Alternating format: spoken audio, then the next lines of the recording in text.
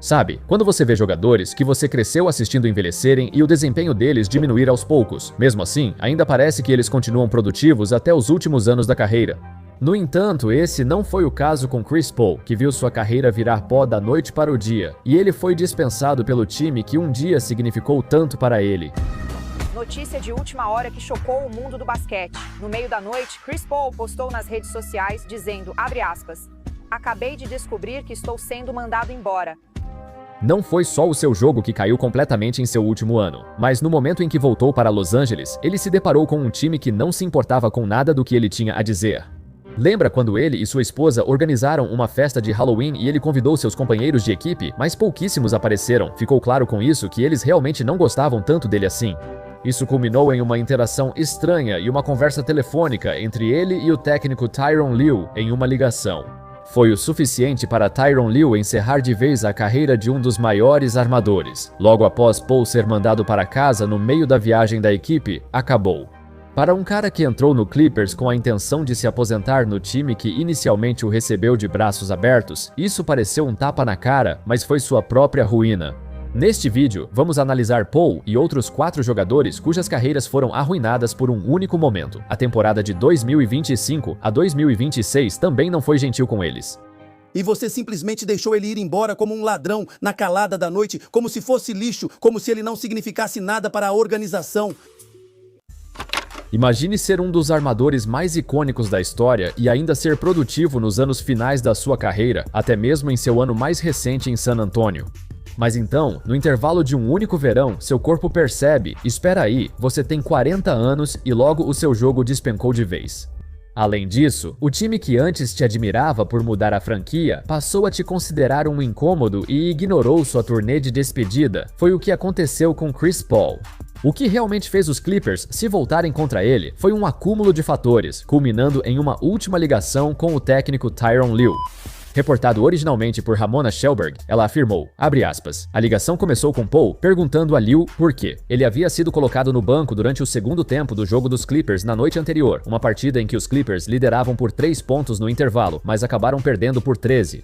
Lue respondeu dizendo que o tom de Paul no vestiário era crítico demais e criava divisões. Até os jogadores concordaram com Lue, enquanto Paul tentou reconquistar a confiança do time e pediu desculpas publicamente no vestiário, mas o dano já estava feito. Não havia como consertar esse relacionamento. Depois disso, Lue e CP3 nunca mais conversaram direito, e ele foi mandado para casa no meio de uma viagem do time. Pouco depois, ele foi dispensado do time, encerrando sua carreira na NBA da forma mais triste possível, mas também da maneira mais CP3 possível. Seu estilo de liderança foi considerado agressivo durante a carreira e, ao que parece, isso acabou prejudicando-o. Agora, você pode dizer que essa ligação causou o desentendimento entre ele e Tyronn Lue, mas o fato de ele ser inútil em quadra e uma dor de cabeça no vestiário foi o que acabou causando sua queda. No ano anterior, ele ainda era um jogador relativamente produtivo para o Spurs. Ele jogou em todas as 82 partidas e foi titular em todas elas aos 39 anos de idade. Ele ainda arremessava bem, jogava 28 minutos por jogo e mantinha a segunda melhor relação de assistências para turnovers da liga, atrás só de Tyrese Haliburton.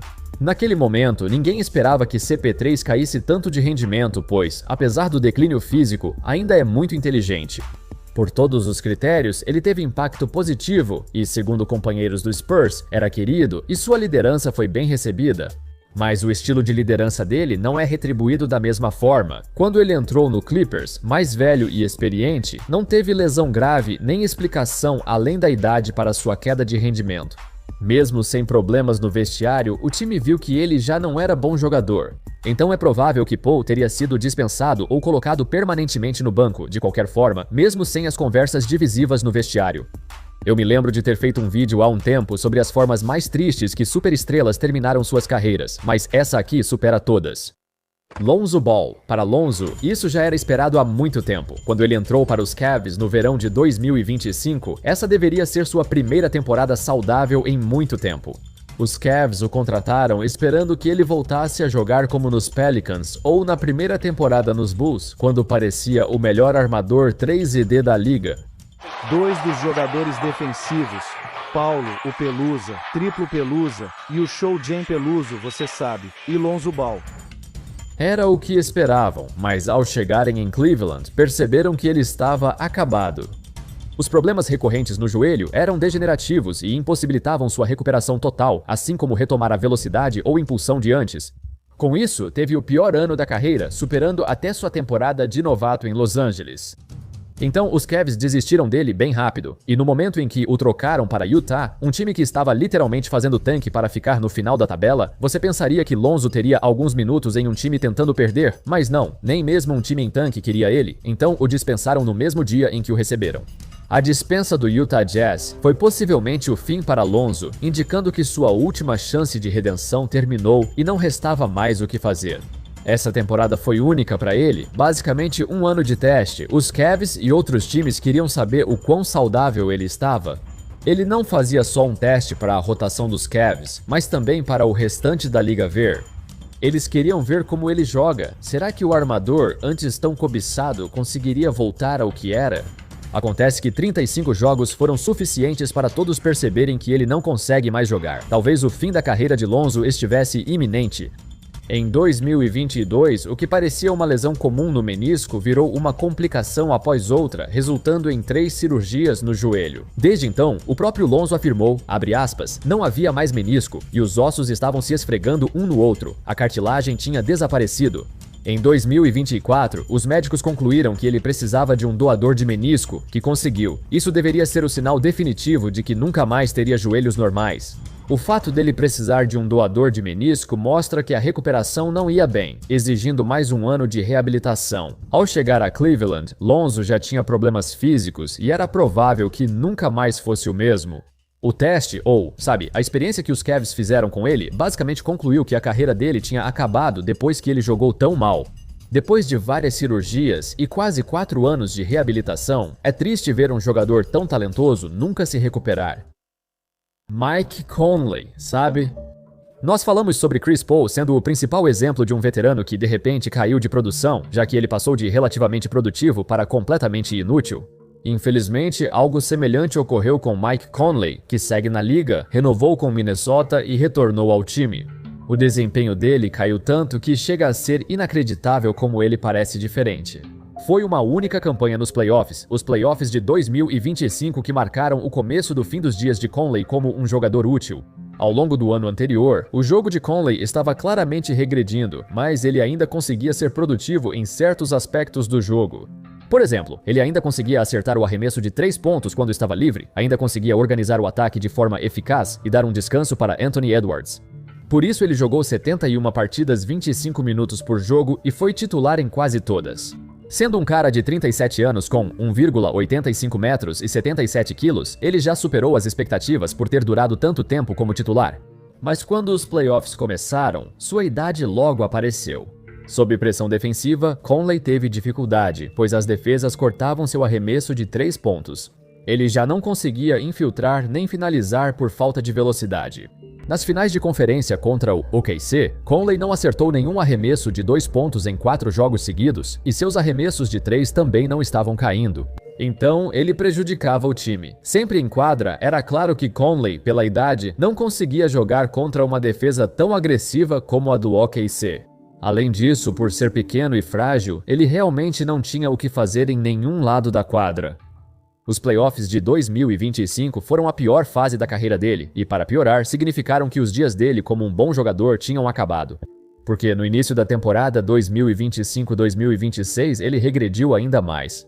Ele foi para o banco, trocado dos Timberwolves para Chicago, depois para Charlotte, dispensado e assinou novamente com os Wolves. Geralmente, não é permitido assinar de novo com o time que te trocou durante a temporada, mas como Conley foi trocado 2 vezes, ele pôde. Mesmo assim, os Wolves sabem que ele não pode jogar. Porém, Conley ainda é valioso como líder e voz veterana respeitada no vestiário. E certamente vale o contrato mínimo oferecido pelos Wolves. Kevin Huerter. Você se lembra quando Kevin Huerter era considerado um dos melhores arremessadores de 3 pontos da liga? O cara era um sniper, um jogador de elite pegando e arremessando sem a bola. Huerter para 3 pontos. Nos 6 primeiros anos em Atlanta e Sacramento, ele sempre integrou elencos muito eficientes, sendo um dos principais motivos disso. Com o tempo, ele foi trocado várias vezes e seus times notaram que é negativo em todos os outros aspectos do jogo. Como jogador de apoio, ele tem pouquíssimas habilidades, além de acertar uma bola de 3 completamente livre. No prazo final de 2026, ele foi trocado para o Detroit Pistons, o melhor time da Conferência Leste. Apesar da evolução do Pistons, o arremesso de 3 pontos segue sendo uma grande fraqueza, com a equipe entre as 10 piores em aproveitamento na liga. Seria esperado que a chegada de Kevin Huerter resolvesse isso. Foi por isso que Detroit o contratou para impulsionar o time no perímetro. Alguns achavam que ele seria basicamente uma versão reserva do Duncan Robinson. No entanto, logo após sua chegada, perceberam que ele não se encaixava na identidade do time. Os Pistons construíram sua dominância em uma base sólida de defesa forte e fisicalidade, qualidades que Huerter não possui de forma alguma. Agora, não afirmo que Tobias Harris ou Duncan Robinson se encaixam perfeitamente, mas ambos tentam, se adaptaram e são mais físicos do que parece. Huerter ainda não tem espaço na rotação dos Pistons, pois preferem dar mais minutos a um jogador de defesa incansável, como Ron Holland, que não sabe arremessar, diferente de Kevin Huerter, que arremessa um pouco, mas não tem a intensidade física e energia desse time. Bom, afirmar que ele sabe arremessar é exagero. Devido aos problemas nas costas e quadril no início da temporada, o arremesso de Huerter piorou após a lesão. Em Chicago, ele acertou só 32% das bolas de 3 antes de ir para Detroit. Talvez já suspeitassem que isso seria um problema frequente e está até pior do que esperavam. Se Huerter não acerta os arremessos, o que mais pode fazer? Nada.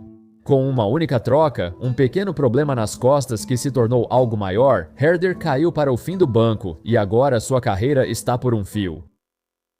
D'Angelo Russell. Agora, a percepção geral sobre D'Lo durante toda a sua carreira sempre foi: esse cara é divertido de assistir.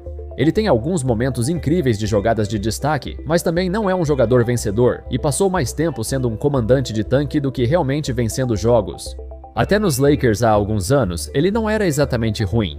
Pelo menos, se você olhar os números dele, ele parece um armador titular sólido, que arremessou de 3 incrivelmente bem, melhor do que jamais tinha feito antes.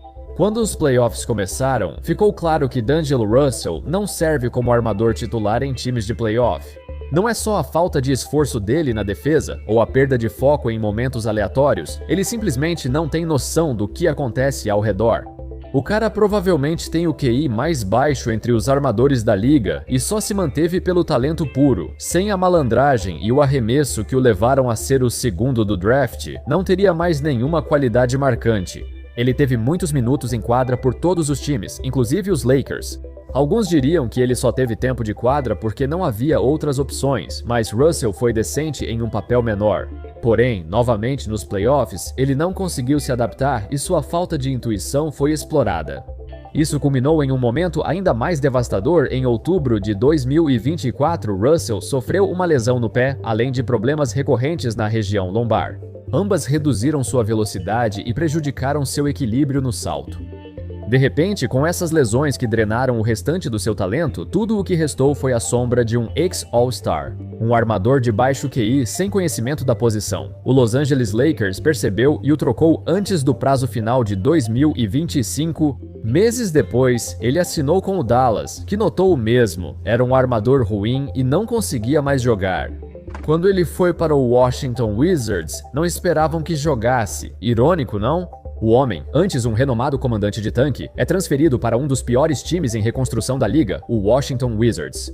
Mesmo assim, ninguém quer se envolver com ele, nem valorizam sua experiência como veterano, pois sabem que D'Lo não oferecerá nada disso. É isso, pessoal. Esses foram 5 jogadores da NBA que tiveram suas carreiras destruídas rapidamente, como CP3 e Lonzo Ball, que provavelmente encerraram suas trajetórias de forma permanente.